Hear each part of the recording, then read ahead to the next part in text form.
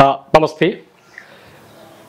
निकै पेचिलो निकै टड्कारो एउटा राष्ट्रिय समस्याको रूपमा रहेको सुस्ताको भूमि सम्बन्धी समस्या र यहाँको विविध समस्या रहेका छन् र यो भूमि निकै महत्त्वपूर्ण ऐतिहासिक भूमिको रूपमा रहेको छ र यस भूमिबाट र यस भूमिकै नामलाई हामीले सापट्टि लिएर आजबाट एउटा पडकास्ट सञ्चालन गर्न गइरहेका छौँ। पडकास्ट सुस्ताबाट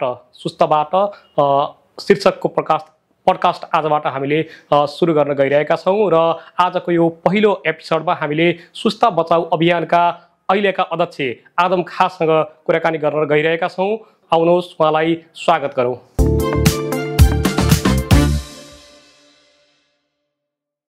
आदम सर, तपाईँलाई यो हाम्रो पडकास्ट सुस्ताबाट जुन हामीले भर्खरै सुरु गरेका छौँ यसमा हार्दिक स्वागत छ।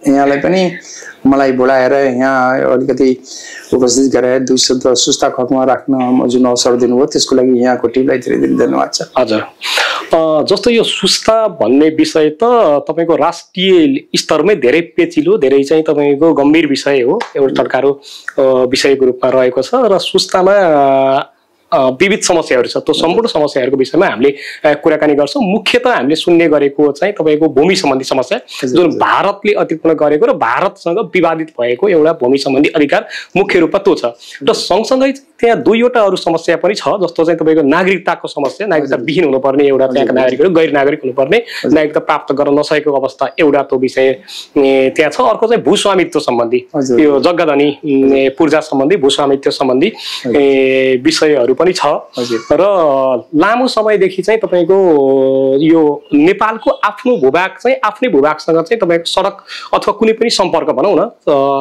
बिचबाट नारायणी नदी बग्ने र डुङ्गाबाट मात्रै आरपार गर्नुपर्ने जुन विषय थियो त्यो विषयमा त यहाँहरूले धेरै ठुलो पहल कदमी गर्नुभयो। पछि राज्यबाट चाहिँ तपाईँको एउटा झलुङ्गे पुल सस्पेन्सन ब्रिज भन्छ त्यो भइसकेपछि चाहिँ अलिकति सहज भएको स्थिति छ।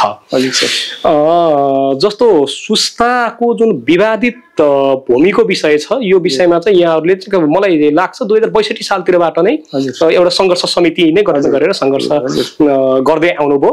त्यसको नेतृत्व त अब स्वर्गीय गोपाल गुरुङ उहाँ निकै सम्मानित व्यक्ति हुनुहुन्छ, उहाँको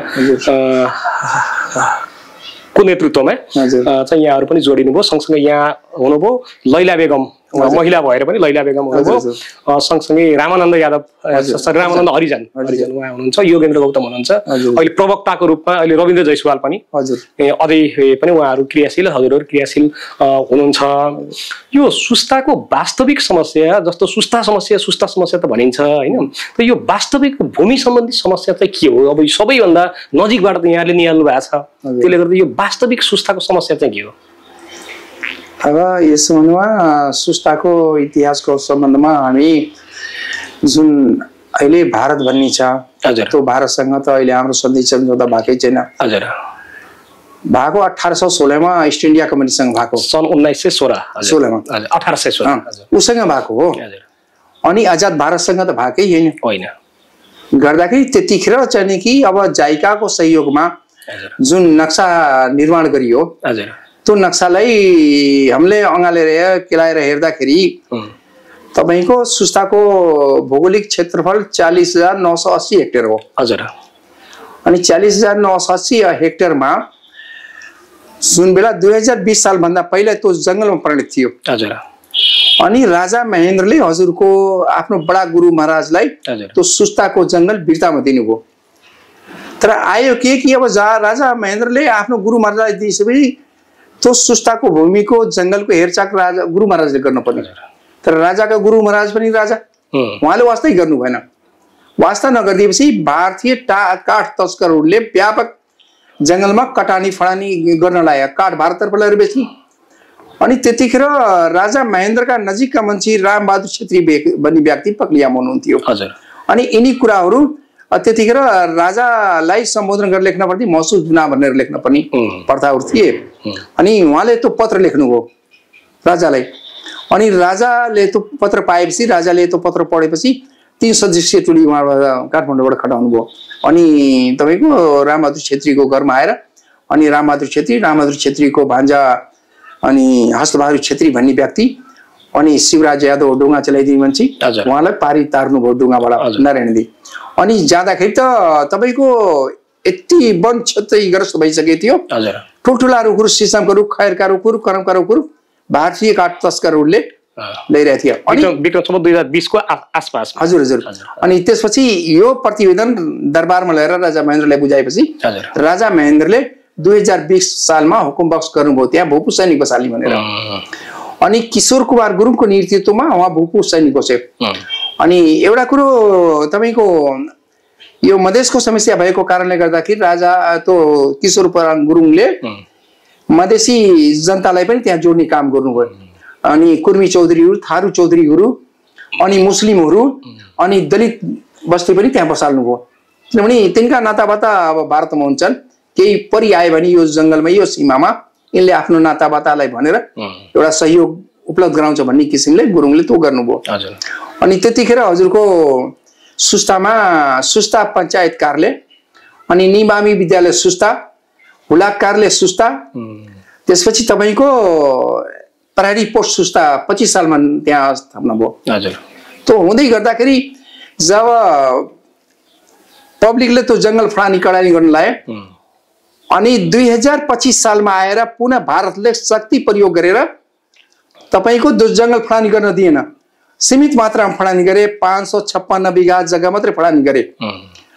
अनि 2027 सालमा आएर हजुरको नेपालले नाप नक्सा गर्ने कर्मचारीले पठायो।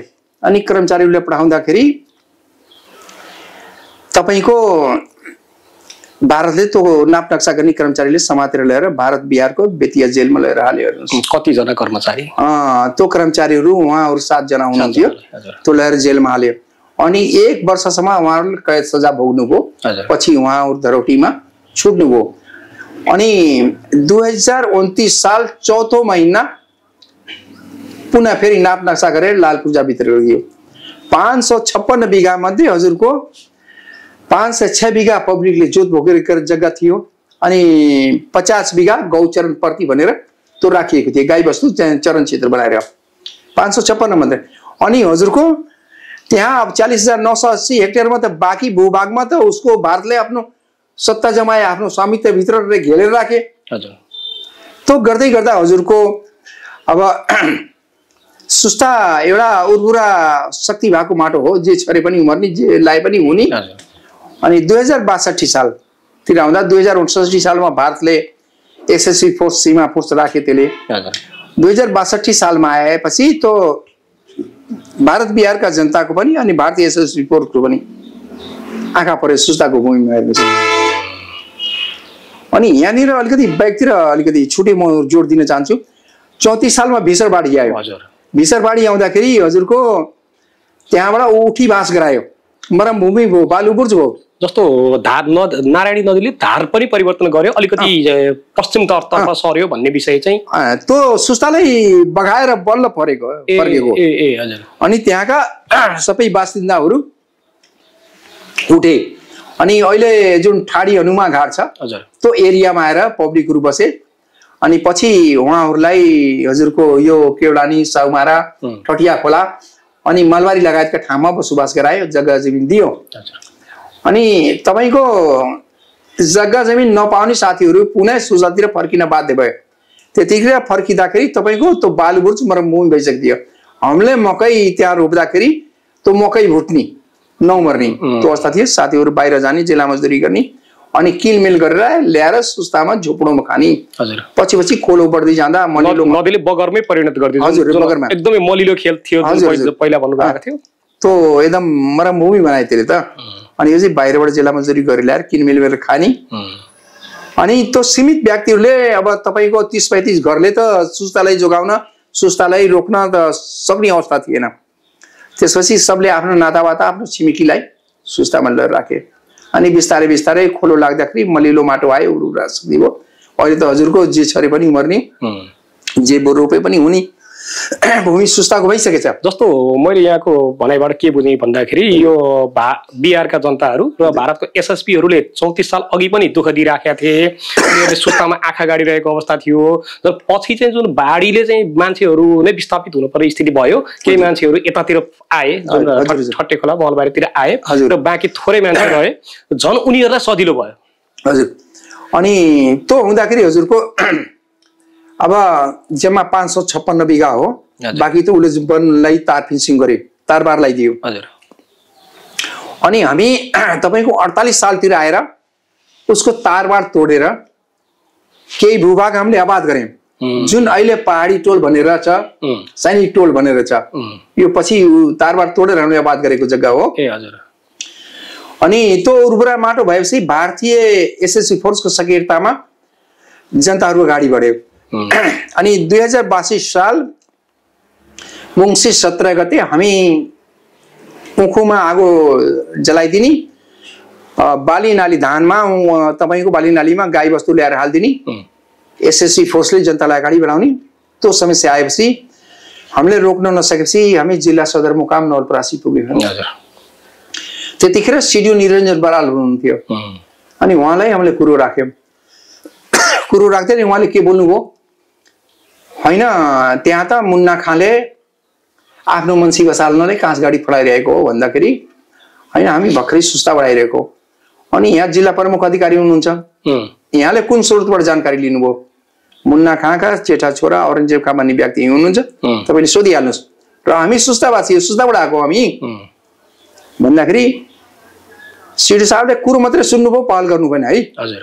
त्यतिखेर हामीले कुरा राख्यौँ, तपाईँले भारत बिहारको डिएमलाई सम्पर्क गर्नुहोस्, तपाईको जनता तपाईको सीमा फोर्सको सक्रियता अगाडि बढिरहेछ, नेपाली जनतालाई दुखी दिइरहेछ अनि भूमि अतिक्रमण गरिरहेछ भनेर तपाईँले कुरा राख्ने गर्दाखेरि त्यो त हाम्रो डिएमको सिडिओको जिम्मेवारी हो नि त। उसको जिल्ला अन्तर्गत केही भारतबाट समस्या उत्पन्न हुन्छ भने उतातिरको भारतको डिएमलाई सम्पर्क गर्ने। सायद त्यतिखेर हाम्रो सिडिओ निरञ्जन बरालले त्यो भारत बिहारको डिएमलाई सम्पर्क गरेको भए त्यो अतिक्रमण रोकिन्थ्यो, तर उहाँले मतलबै राख्नु भएन। मतलब नराख्दाखेरि एउटा पीडित पक्ष मलाई के लाग्यो भने सायद हाम्रो सिडिओ पनि अब नेपालको नुन पानी खाने अनि भारतको गीत गाउनेमा परे कि जस्तो नियत नै त्यस किसिमको भएर हुन सक्छ, अथवा सामर्थ्य नभएर हुन सक्छ, के लाग्छ हजुरलाई विषय? हैन, मलाई चाहिँ त्यही लाग्यो नि त। हजुर। उहाँको नियत त्यही किसिमले देखि त। पछि अब जिल्लाले त्यो नगरेपछि हामी क्षेत्रतिर पनि लाग्यो, क्षेत्रमा पनि हाम्रो समस्या राख्यौँ। अनि क्षेत्रले केही निकास नदिएपछि, केही नगरिदिएपछि हामी अब केन्द्रतिर लायौँ। अनि 62 सालमा हामी तपाईको 84 संसदीय टोली काठमाडौँ त्यो थापाथली राम मन्दिरमा हामीले गएर शरण लियौँ।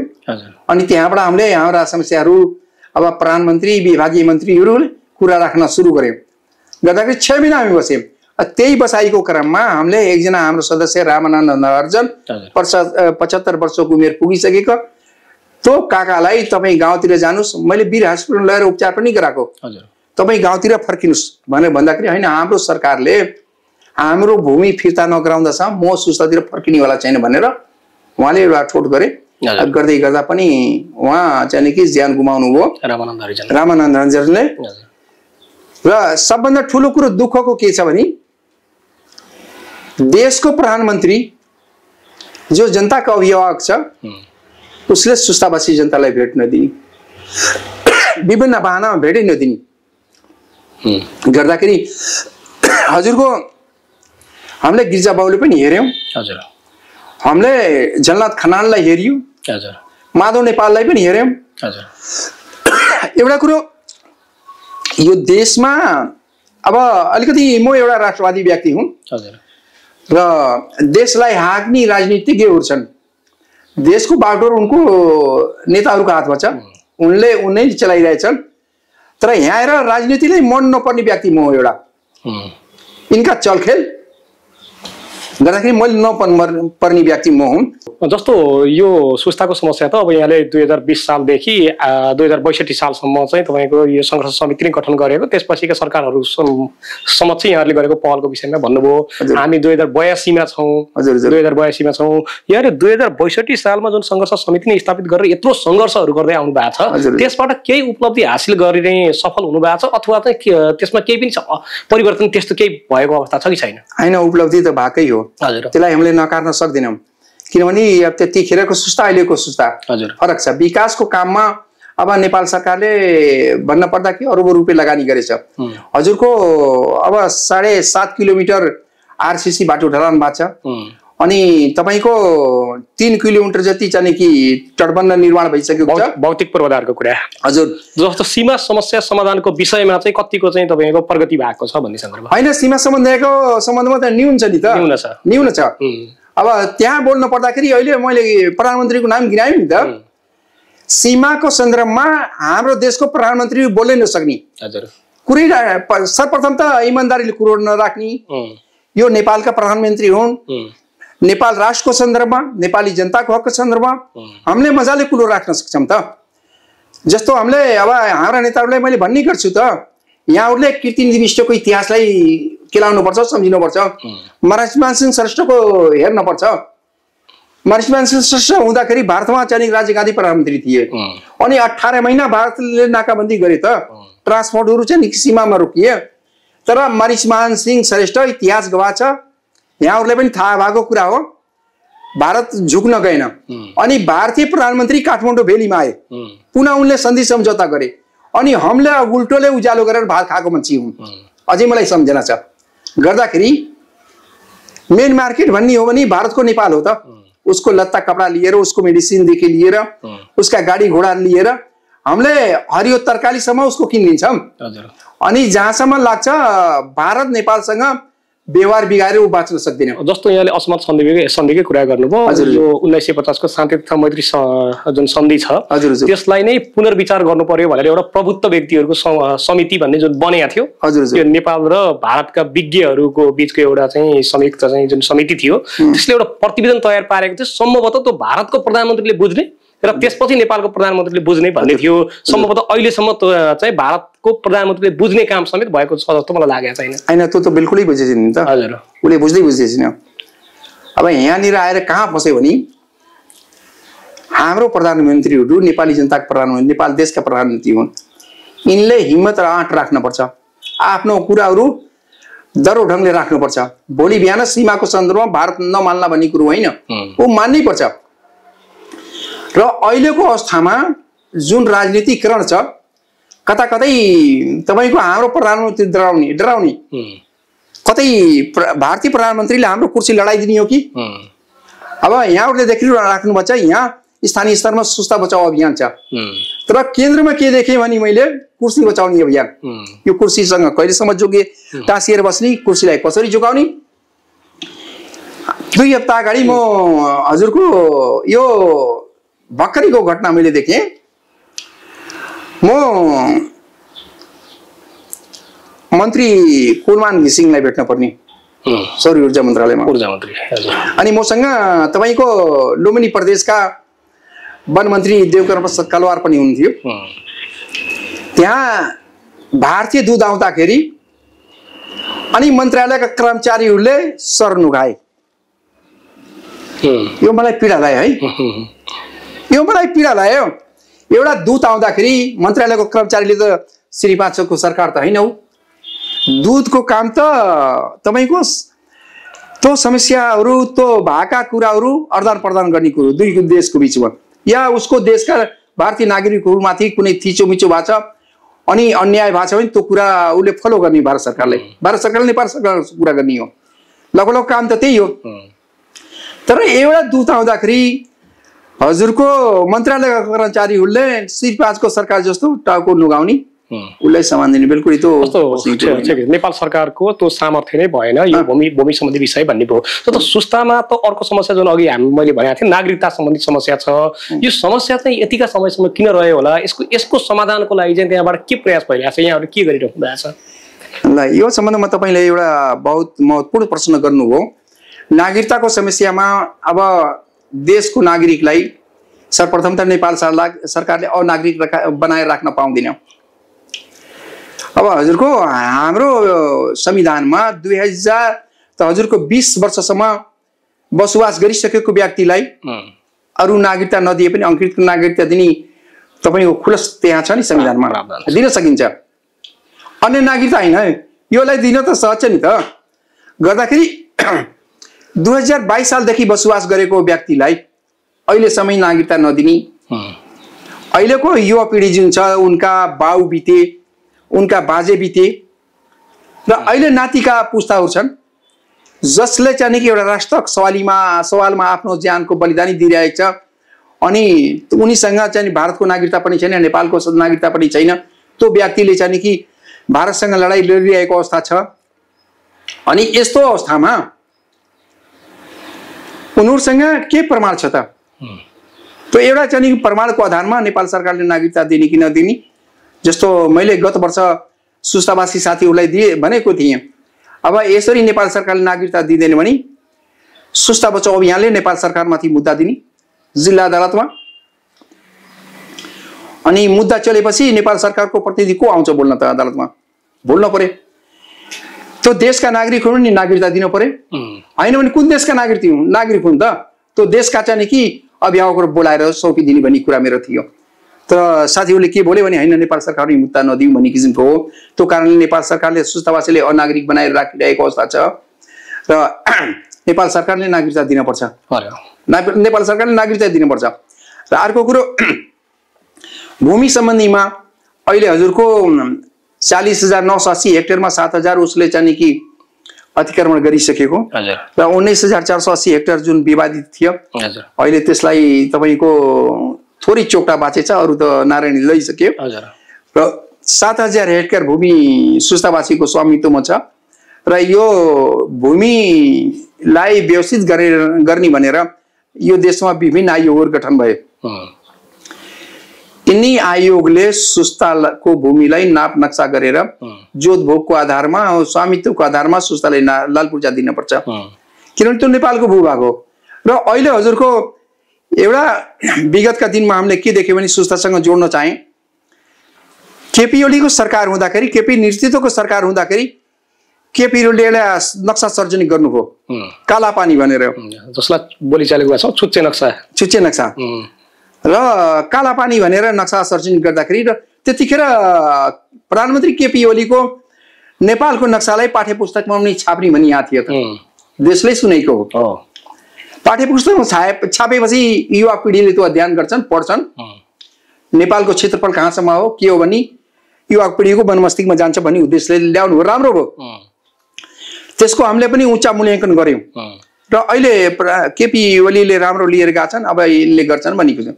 पछि आएर के बोल्नु भयो भने त्यसलाई कार्यान्वयन गर्ने काला पानीको नक्सा सर्जनी भयो, चुच्चे नक्सा, र त्यो काला पानीको नक्सा सर्जनी गर्दाखेरि सुस्ता त्यसमा आउने कि नआउने, जोड्ने कि नजोड्ने, त्यसमा जोड्न पर्ने, नेपालको भूभाग हो त।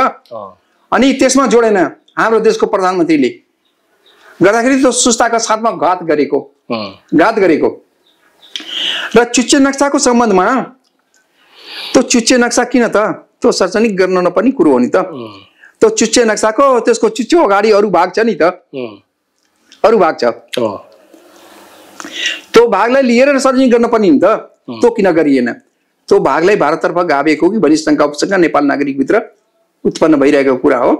र त्यति मात्रै हैन, पीडा त सुरुदेखि मैले यहाँहरुलाई भने नि त, सुस्ताले खेपिरहेछ। 2025 सालका कुराहरु, 2027 सालका कुराहरु, 2062 सालका कुराहरु, 2040 साल भाद्र 30 गते तपाईको भारतीय दरोगा इस्रायल खान आएर सुस्तामा उले गोली चलायो। अब 3 जना व्यक्तिहरु ती ठाममै मरे।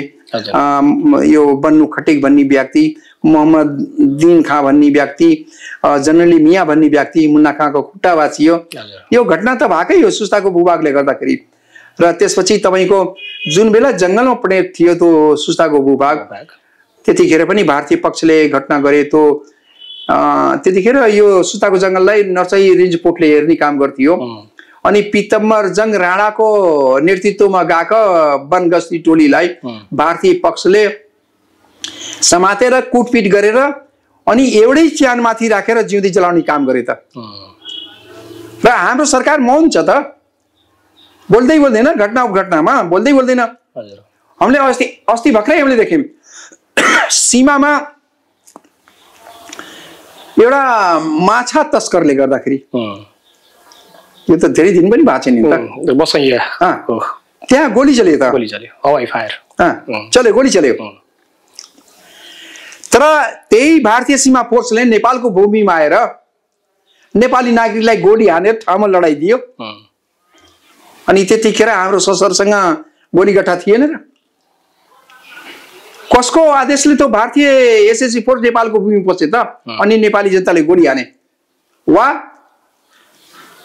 टप लेभलबाट गोली नहान्नु भन्ने आदेश थियो कि नेपाली जनताले त आफ्नो कुरा मात्रै राखेको सीमा कुरा राखेको लाग्दाखेरि अनि हजुरको त्यसरी घटनाहरू घट्ने नेपाल मोहनता साध्ने र अहिलेको सीमा फोर्स सशस्त्र बनेको त्यसलाई अधिकार छैन गोली हान्नु वा अपराधीलाई त्यो सीमा अतिक्रमण गर्ने अपराधीलाई नेपालको कानुनको कठघरामा उभ्याउने सशस्त्रलाई अधिकार छैन नेपाल सरकारले सशस्त्रलाई अधिकार दिएको छैन भने अनि उसलाई सीमा फोर्स किन घोषित गर्छ सीमा फोर्स घोषित गरेपछि उसलाई अधिकार दिनु पर्यो उसको कानुनी दायरा बढाइदिनु पर्यो गर्दा हजुरको अहिलेको अवस्थामा नेताहरू आफू सुरक्षित रहने शस्त्रलाई राखेर हुन्छ कि नेपाल प्रहरीलाई राखेर हुन्छ सेना राखेर हुन्छ अहिले हामीले हेर्छौँ भने यहाँहरूले हेर्नुहुन्छ भने जति पनि सुरक्षाकर्मी छ नेपाल काठमाडौँ भेलीमा छ नेताको अगाडि पछाडि छ अनि जनता दुर्घटनाग्रस्त कता कता अब हत्या हिंसा भइरहेछ त्यहाँ सुरक्षा छैन गर्दा यो पनि एउटा पीडाको पाटो हो यो सुस्ता बचाउ जुन यो अभियान छ हजुर हुन त मलाई यहाँको पृष्ठभूमि धेरै थाहा छैन हजुर हैन यो कसरी चाहिँ तपाईँ यो अभियानमा जोडिनु भयो र आजसम्मको स्थितिसम्म यहाँ आइपुग्नु भयो अब हेर्नुहोस् बहुत राम्रो प्रश्न यहाँले उठाउनु भयो हजुरको जुन बेला 62 मा यो अतिक्रमणको सिलसिला सुरु हो त्यतिखेर मेरो अलिकति स्वास्थ्य ठिक थिएन सुस्ता प्रहरी पोस्टमा एउटा डाक्टरहरूको टिम गएको थियो शिविर लागेको थियो हजुर अनि यो सुरुको कुरा हजुर सुरुवात हुँदाखेरिको अनि म मेरो व्यथाअनुसार औषधि केही पाउँछ कि भनेर त्यो प्रहरी पोस्टमा गएको सुस्ताको म त्यहाँ पुग्दाखेरि त्यहाँ शहीद जङ्गबहादुर सिंह भन्ने हुनुहुन्थ्यो हजुर उहाँको घर भैरवामा ससुराली भारत बिहार को बैसाल टंकी बजारमा श्याम सिंह भन्नेको घरमा अनि उहाँले मलाई के बोल्नु हो आदमजी तपाईँ एकचोटि अनि यतातिर फडानी कोडानी काँस गाडी सुरु चाहिँ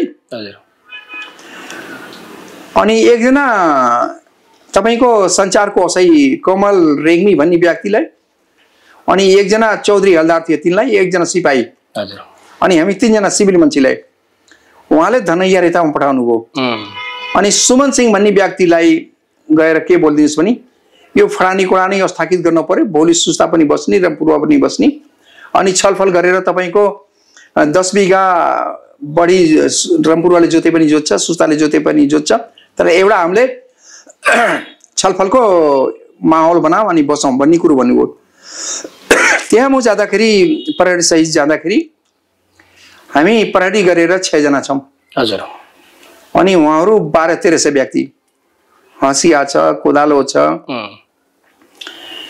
अनि दाँती हाँसीहरू छ बन्चरो छ हामीलाई चारैतिरबाट घेराबन्दी गरे हजुर अनि तपाईहरु कसरी आउनुभयो किन आउनुभयो यो हाम्रो भूमि हो भनेर तपाईको यो बिकी सिंह त्यसपछि बनवारी तिवारी भन्ने व्यक्ति तो भूमि अतिक्रमण गर्नेका लिडर हुने नि सुमन सिंह भन्नेहरू हैन तपाईहरुले इमानदारीले बोल्ने हो भने रामपूर्व पछि वन थियो वन पछि चाहिँ सुस्ता पनि थियो तपाईहरुले विचार हुन पर्छ सुस्ता थियो कि थिएन त भन्नुस् भन्दाखेरि हैन हामीले त्यो जान्दैनौं यो हाम्रो भूमि हामीले फाड्छौं तपाईहरुले के गर्ने अनि स्थिति हामी पछि माथि चाहिँ कि अब आक्रमण गर्ने स्थिति आयो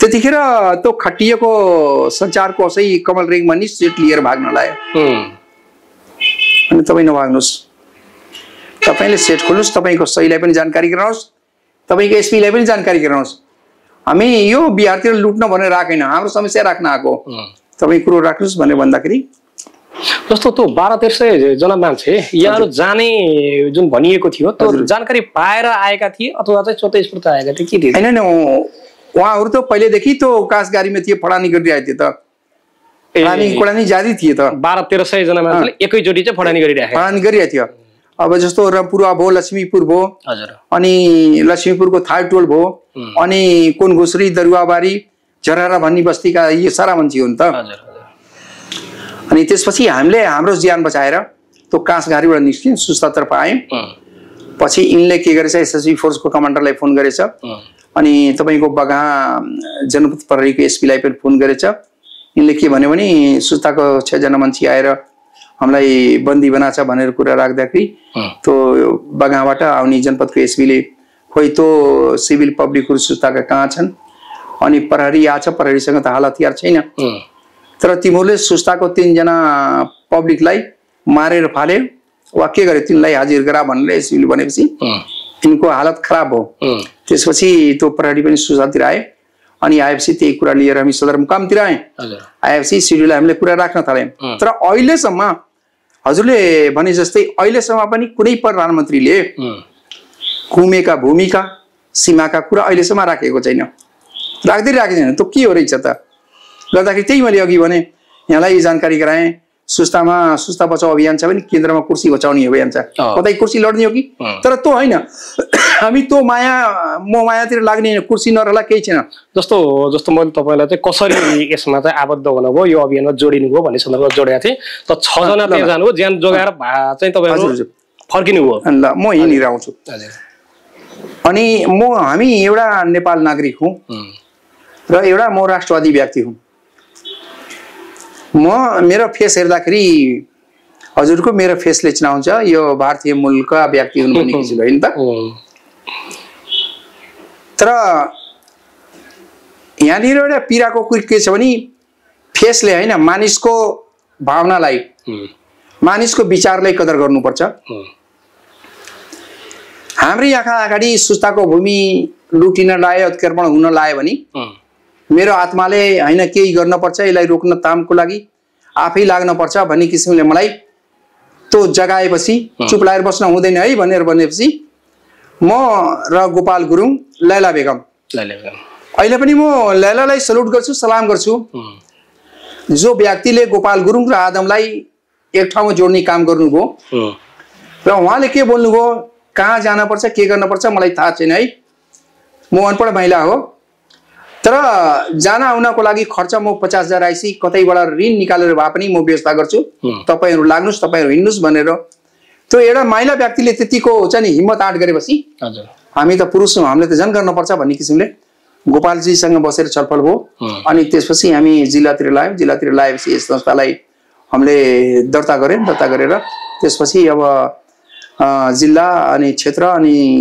केन्द्रतिर लाग्ने काम गरे हामीले अनि त्यो गर्दाखेरि अहिलेसम्म अब 3 वर्ष भयो गोपालजीलाई हामीले गुमाएको उहाँले स्वर्गवास आरोहण गर्नुभयो तर अहिले पनि म एक्लो भए तापनि लैलाजी साथमा हुनुहुन्छ र हामीले एउटा पिढी युवालाई चाहिँ कि जो रविन्द्र जयसवाललाई हामीले प्रवक्ताको रूपमा लियौं यतिको युवाले केही गर्न सक्छ भनी किनभने अब अहिले मेरो उमेर 68 वर्ष 2 महिना भयो त्यो गर्दाखेरि युवाहरूलाई पनि ठाउँ दिनुपर्छ युवाहरूलाई पनि सामेल गर्नुपर्छ हामी नरहेको बेलामा देशको लागि लड्ने देशको कुरा राख्ने भन्ने किसिमले तपाईको रविन्द्र जयसवालले ल्यायो र अहिले पनि हामी आन्दोलनरत छौं गर्दाखेरि अघि मैले प्रधानमन्त्री कीर्तिनी विष्टलाई जोडेको थिएँ हजुर मणिचुवान सिंह श्रेष्ठलाई जोडेको थिएँ तिनी नजिर छन् कीर्तिनी विष्टको पालामा तपाईको भारतले म असुरक्षित भए भनेर उसले 24 वटा पुलिस चौकी ल्याएर राखे नि हिमाली भेगमा राखेको तर हिमाली भेगमा उले राख्ने हैन यो त यतातिर तराईको सीमामा राख्ने हो नि उले भारतले त्यहाँ त नेपालले आफ्नो सीमा पुर्छ राख्ने हो त यदि असुरक्षित भएको हुन्थ्यो भने पनि तराईमा राख्न पर्ने थियो तर सुस्तालाई यो तपाईको नेपालको अधिकारलाई मेचेर बल प्रयोग गरेर हिमाली भेगमा राख्यो अनि प्रधानमन्त्री कीर्तिनी विष्टले थाहा पाएपछि उनले त्यो परेड चौकी हटाए र काला पानीको सम्बन्धमा कुरा गर्दाखेरि कुरा के आयो भने त्यहाँका स्थानीय जनताले पनि युवा स्थानीय नेताले जानकारी गराएन त्यो कारणले त्यतिखेर 23 वटा हटाउँदाखेरि त्यो पनि हटाउँदै भन्ने किसिमले कुरा आयो गर्दाखेरि एउटा नजिर छ नि त त्यो हिमालमा राख्दाखेरि उहाँले हटाउनु भयो गर्दाखेरि भारतीय सीमासँग टाँसिएको हाम्रो जो भूभाग छ भारतले अतिक्रमण गरिरहेछ भने अहिलेको प्रधानमन्त्रीले चाहने भने त्यो गर्न सक्छ कि सक्न पर्ने हो नि हजुर सक्न पर्ने हो जस्तो मैले अघि सुरुमै पनि जोडेको थिएँ त्यो आवत जावतको जुन समस्या थियो यातायातको समस्या थियो डुङ्गाबाट चाहिँ तपाईको आउजाउ गर्नुपर्ने अवस्था थियो र यहाँ दोस्रो कार्यकाल अहिले जनप्रतिनिधि दोस्रो कार्यकाल हुनुहुन्छ वडा सदस्य हुनुहुन्छ र सुस्ताकै भेगबाट हुनुहुन्छ सायद नम्बर 5 को नदी पारीबाट यहाँ मात्रै हजुर यहाँ मात्रै हो जस्तो लाग्छ। पहिलो कार्यकाल पनि दोस्रो कार्यकाल पनि हजुर त्यो हुन्छ र अहिले झलुङ्गे पुल चाहिँ जुन बनेको छ हजुर यसले चाहिँ त्यहाँको विकासमा त्यहाँको नागरिकको सहजतामा कस्तो प्रभाव पारेको छ? त्यो सम्बन्धमा एउटा कुरो के छ भने सुस्तालाई नेपालसँग जोड्ने काम गर्यो, हजुर आवाजात गर्ने काम गर्यो, हजुर। तर अन्य समस्याहरू जे कतै छन्। त्यो के हो भने सुरुमै पुलको माग गर्दाखेरि त्यतिखेर म एउटा उपाध्यक्ष सुस्ता बचाउ अभियानको उपाध्यक्षको हैसियतले मैले नेपाल सरकारलाई आगत के गराएको थिएँ भने सुस्तामा पुल निर्माण गर्ने, सुस्तामा तपाईको उत्पादन भएका तपाईको अब धान मकै उँखु बाली बेली इत्यादि नेपालको हाट बजारसँग पुर्याउन सक्ने र नेपालको हाट बजारसँग चाहिँ किनमेल गरेर सुस्ता ल्याउन सकिने किसिमले पुल निर्माण गर्नु पर्यो। तर अध्यक्ष गोपाल प्रसाद गुरुङले के भन्नुहुन्थ्यो भने सुस्तावासीलाई सुलभ तरिकाले आवाजात गर्न झुलुङ्गे पुल निर्माण गरिदिनु पर्यो। तर नेपाल सरकारले के चाहियो त थोरै लगानी बढी बेनिफिट, आवाजात त सहज भयो तर खाद्यान्न पदार्थ ओसार पोसार गर्नको निमित्त समस्या जेको त्यो रह्यो। र अहिले पनि म भन्छु नेपाल सरकारले त्यो झुलुङ्गे पुललाई हटाएर पुल निर्माण गर्न पर्छ, पक्की पुल निर्माण गर्न पर्छ। जस्तो अहिले हामीले उँखुलाई नगदी बाली भनेपछि सुस्ताको उँखु हो, त्यसलाई नेपालको सुगर मिलमा बेच्न पर्दाखेरि अहिले पनि ढुङ्गैबाट ल्याउनु पर्छ अवस्था छ। त्यो ढुङ्गा सञ्चालन हुनुको लागि पनि अलिकति नारायणीय पानी सहज हुनु पर्यो। पानी सहज छ भने आउँछ, पानी असहज भए पनि आउँदैन। हेर्नुहोस् कोही ठाउँमा बगर भइदिने, कोही ठाउँमा पानी बहाव हुने। जस्तो पुलले एउटा चाहिँ तपाईँको यो पर्यटकलाई पनि प्रवर्धन गरेको जस्तो देखिन्छ। अत्यन्त धेरै मान्छेहरू चाहिँ पुलमा हेर्न आउने, त्यसले गर्दाखेरि चाहिँ त्यहाँको अलिकति बन्द व्यापारलाई केही सहयोग छ भएको छ अवस्था त्यस्तो केही छैन? त्यो त भइरहेको अवस्था छ। जस्तो अहिले नआउने पर्यटकहरू पनि आइरहेछन् र आइरहेको अवस्थामा अब केही सुस्ताका साथीहरूले जुन पसल थापेछन् त्यो पर्यटकहरूलाई तपाईँको पर्यटकलाई चाहिएका सामान दिएर 2-4 पैसा कमाएर आम्दानीको स्रोत भइसकेछ र हजुरको त्यो भाषा त्यो जोडिएछ, त्यसलाई नकार्न सकिन्न। मैले अघि पनि भने विकासको नाममा अब सुस्ता धेरै अगाडि बसिन्छ, नेपाल सरकारले पाइलो राखेछ, खरब रुपियाँको लगानी नेपाल सरकारको सुस्तामा भइसकेछ। अहिले यहाँको आशय चाहिँ के बुझ्यो भन्दा जो झलुङ्गे पुल जुन बन्यो त्यसले चाहिँ तपाईँको आवाजातलाई मात्रै सजिलो भयो, उत्पादित वस्तुहरू ओसार पसार गर्नको लागि चाहिँ त्यो त्यति उपयुक्त भएन। झन् त्यसले चाहिँ तपाईँको यो पक्की पुल बन्ने जुन सम्भावना थियो त्यसलाई पनि अब पुल त बनिसक्यो नि भन्ने कुराले चाहिँ त्यो सम्भावना पनि कम भयो भन्ने किसिमको आशय बुझेँ। अब होइन यहाँको प्रश्न ठिकै हो। जस्तो पुल उद्घाटनको समयमा सुस्ता बचाओ अभियानको लेटर प्याडमै हाम्रो राष्ट्रपति रामचन्द्र पौडेलजीको अनि कार्यालयमा राष्ट्रपति कार्यालयमा पुगेर उहाँको चेम्बरमा बसेर उहाँलाई भेट गरेर उद्घाटन समारोहको लागि उहाँले निम्तो कार्ड दिएको। हजुर। अनि निम्तो दिँदाखेरि तपाईँको राष्ट्रपति उद्घाटन समारोहको कार्यक्रममा उहाँले आफै बोल्नुभयो त सुस्तालाई यो झुलुङ्गे पुल ल्याउँदैन, यहाँ पुल बन्नुपर्छ र प्रधानमन्त्रीले स्वयं म आफै बोल्छु भनेर भन्नुभयो त। गर्दाखेरि एउटा देशको राष्ट्रपतिले त्यो अनुभूति गर्नुभयो यो पुलले पुग्दैन, झुलुङ्गेले पुग्दैन, पुलै हुनुपर्छ भन्ने किसिमले हामी सुस्तावासी हौँ। हामीलाई त चाहिएको पुल हो नि त। पर्यटकको अहिले आवागमन बढेछ, आइरहेछ। दिनको 3000, 3500, 4000 मान्छे आउँछ, 4-5 हजार आउने देखिन्छ। अर्को मैले पुलसँग सम्बन्धित कुरा जोड्न चाहे, सायद अहिलेको हाम्रो बसाइले यो आवाजहरू हाम्रो नेपाल सरकारसम्म पुग्ला भन्ने आशा गर्दैछु। भारतीय पर्यटक बढी आउने, 70% भारतीय पर्यटकहरू आउने, 30% हाम्रो नेपालको पर्यटकहरू आउने काम भइरहेछ। र पुलमा अब पुलको अवस्था के छ भने सस्पेन्सनले जुन डिजाइनिङ गर्यो उसलाई मैले सोद्धाखेरि उसको डीलाई कुमार सरलाई मैले सोद्धाखेरि त्यतिखेर पुलमा कार्यक्रम हुँदाखेरि सर तपाईँले डिजाइनिङ गरेको पुलले कति भार थिच्न सक्छ त भनेर भन्दाखेरि उहाँले के भन्नु, आदमजी यो पुलमा साइकल र मान्छे मात्रै हिँड्ने भाग डिजाइन गरेको, यसमा बाइक बिल्कुलै हिँड्नुहोस्। तर अहिलेको अवस्थामा जुन हाम्रो युवा साथीहरू छन् त्यो 15 दिन 1 महिनासम्म पुलबाट बाइक लिएर गुडिसकेको, तिनीहरू नमान्ने अवस्थामा आए। नमान्ने अवस्थामा आउँदाखेरि अहिले पुल जीर्ण अवस्थामा 3 जना 4 जना बाइकमा चढेर जाँदै अनि स्पिड पनि बढी गरेर पुल जीर्ण अवस्थामा पुगे। त्यो जीर्ण अवस्थामा पुग्दाखेरि गाउँपालिकासँग सामान्य गरेर एउटा पार्किङको ठेकापट्टा हो, गाउँपालिका सुस्ता गाउँपालिकाले गरे 6 लाखमा अहिले पार्किङ भइरहेछ गाडीहरू, मान्छे चाहिँ नि कि माथि चढेर पैदल हिँडेर जाने पर्यटकहरू। सुस्ता बाहेक अरू बाइक हिँड्न नदिने भन्ने किसिमले जुन गाउँपालिका गराए एउटा बहुत राम्रो पक्ष हो। गर्दा हामीले निर्वाचित गरेका नेताले जनताको माग पनि सुन्नुपर्छ, भौगोलिक स्तरमा भूभागको सम्बन्धी केही कुराहरू आएको छ त्यो पनि सुन्नुपर्छ, त्यो नेपाल सरकारमा लिएर राख्नुपर्छ। गर्दा त्यस्ता नेता हुनुपर्छ। तर म त एउटा पीडित पक्ष हुँ। मैले हजुरलाई अघि जोडेँ, मैले त गिरिजाबुदेखि लिएर सुशीलदेखि लिएर झलनाथ खनाल, माधव नेपाल, बाबुराम भट्टराई लगायतका, देउवा लगायतका सारा प्रधानमन्त्रीले कसैले सुस्ताले समय दिन चाहँदैन। कारण के रहेछ त? एउटा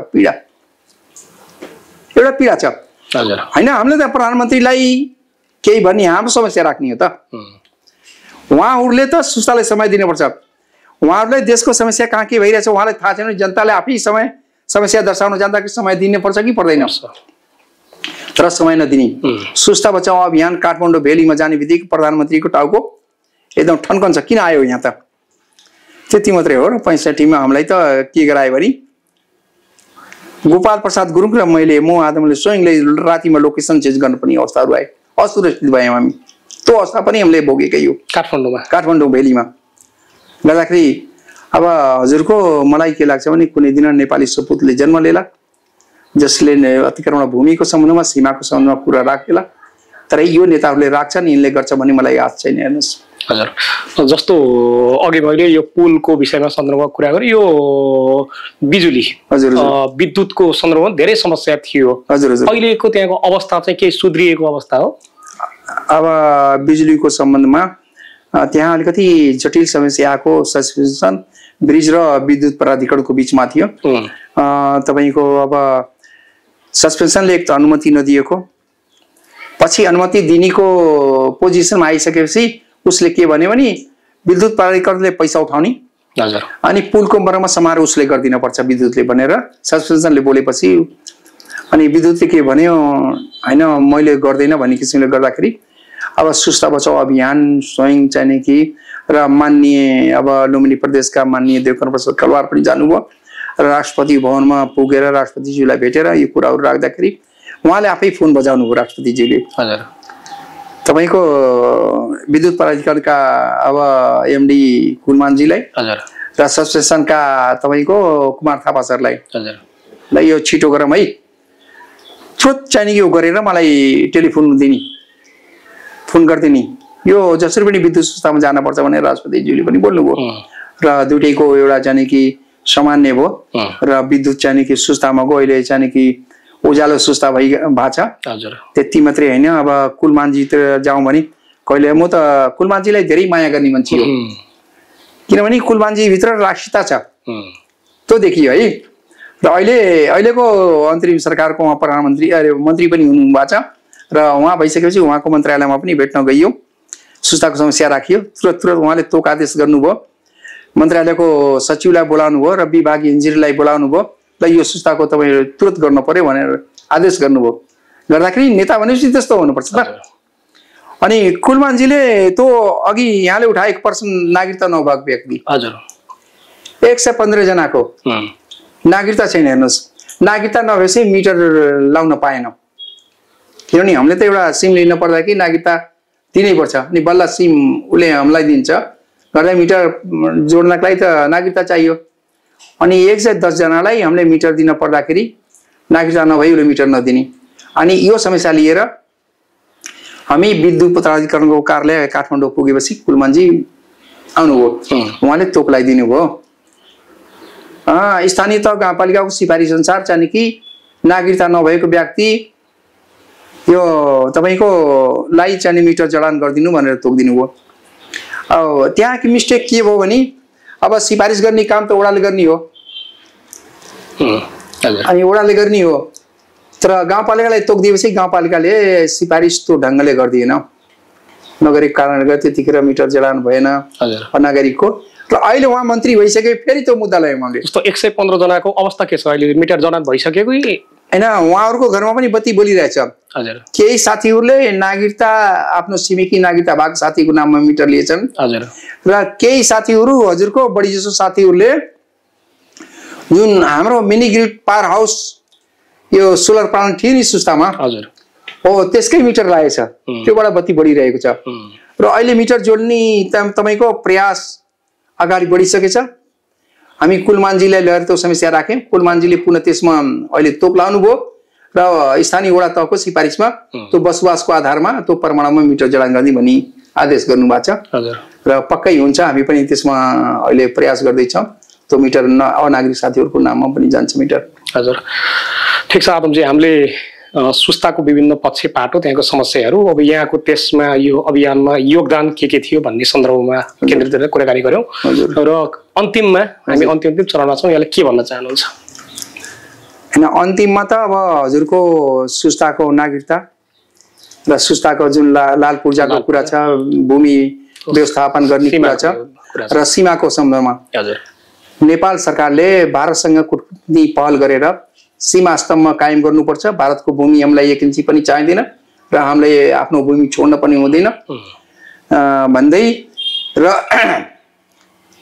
यहाँहरुले अन्तिम चरण मैले के भन्न चाहे आज जो यहाँहरुले मलाई यहाँ उपस्थित गरेर अब सुस्ताको सन्दर्भमा एउटा नेपालीको हकको सम्बन्धमा दुई शब्द राख्ने अवसर प्रदान गरिदिनु यसको लागि यहाँहरुले धेरै धेरै यहाँहरुलाई धन्यवाद छ र यसै आवाजले गर्दाखेरि सुस्ताले निकास पाउँछ भन्ने मलाई आशा लाग्दैछ यति भन्दै हुन्छ धन्यवाद नमस्कार